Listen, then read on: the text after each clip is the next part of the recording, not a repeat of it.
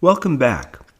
In our last segment, we discussed the unifying aspects of Islamic art and the role of crafts in the Islamic world. In this segment, we'll discuss the development of the Islamic arts of painting, poetry, and music. As we've seen, the central arts of Islam, Quranic recitation, calligraphy, and architecture, are viewed in Islam as direct embodiments of the Quran as the Word of God. Other Islamic arts developed as well, and we'll turn first to miniature painting, which takes its name from the fact that the paintings are usually small enough to fit the pages of a book.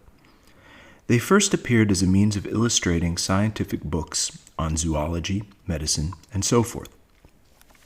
From such illustrations, the art of the miniature gradually developed into three great schools: first the Persian, then the Turkish, and the Indian. The Arabs participated very little in this art form because of their inherent wariness of the danger of idolatry that we mentioned earlier.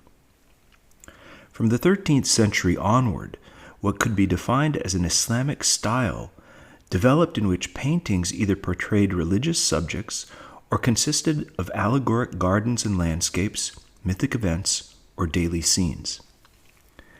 The subjects were stylized and fitted into vertical compositions converging toward the sky or the domes of pavilions, thus reminding the viewer of the divine order and fulfilling the function of Islamic art as an aid in the remembrance of God.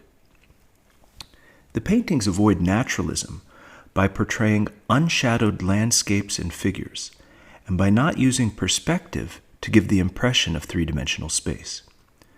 The images represent divine archetypes in landscapes illuminated with a paradisal light. Despite the Islamic prohibition of naturalism, it was generally thought that the figurative painting of this type could be integrated into the Islamic world, at least in a peripheral role. Turning to poetry, the Quran itself is sheer poetry, and the coming of the Islamic revelation was a further impetus to the flowering of poetry among the Arabs. As for the Persians, the Persian language was born from Pahlavi and the Arabic of the Quran. It is said that if Arabic is the language of God, then Persian is the language of the angels. Persian developed rapidly as the most poetic of all languages of Asia, having had much influence upon Turkish, Urdu, Gujarati, and almost all the languages of the subcontinent, whereas Arabic had tremendous influence upon Swahili, Berber, and other African languages. And from all of these, other schools of poetry grew. I can hardly overemphasize the significance of poetry for the understanding of the soul of Muslims. It's a living art among them to this day. It should not at all be compared to the minimal role of poetry in the U.S. The most important literature that has come out of the Palestinian diaspora is poetry, not prose. And there are still bards in the Islamic world in countries like Yemen, just as there used to be in medieval England. During the Iranian Revolution, there was not a single idea expressed which was not also expressed in poetry. All political slogans have to cleverly rhyme or no one will pay attention.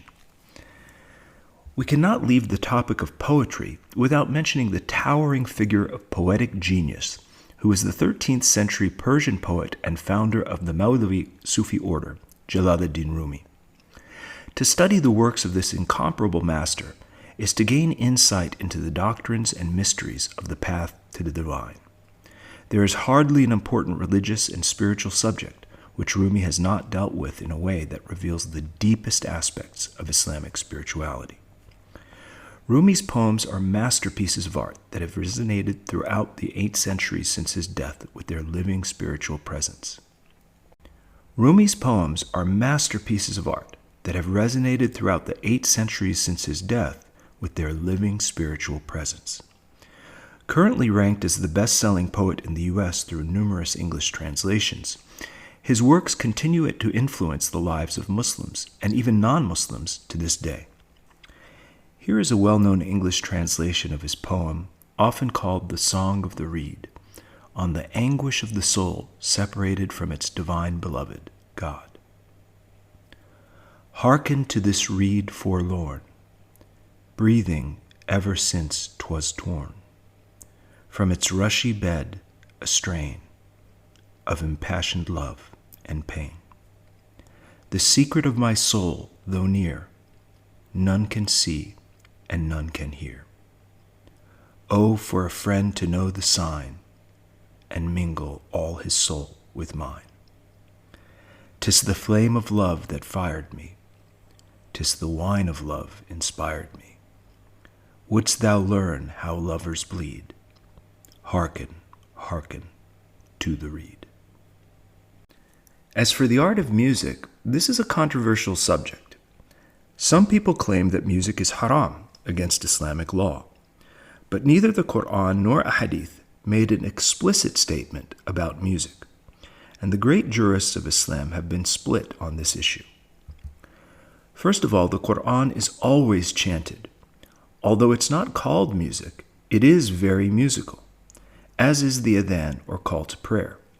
So Muslims hear music in the broadest sense of the term, regularly through the central rite of the religion. Secondly, Islam by and large opposed the use of music as a social art, with the exceptions of military bands to rouse courage, music which had to do with harvests and other occasions, and for celebrations like weddings. This ban did not destroy music, but rather turned music inward. That is why the art of music as it developed in the Islamic world is essentially an art of interiorization, and why it has always been a powerful aid in achieving the contemplative states of Sufism.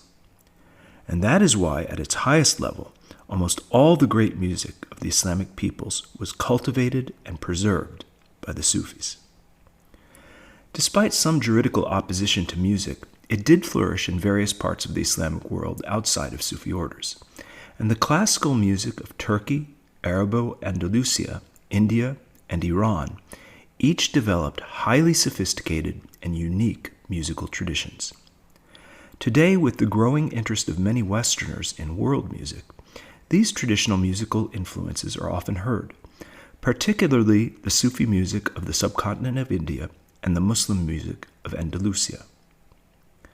This concludes this segment on the Islamic arts of painting, poetry, and music.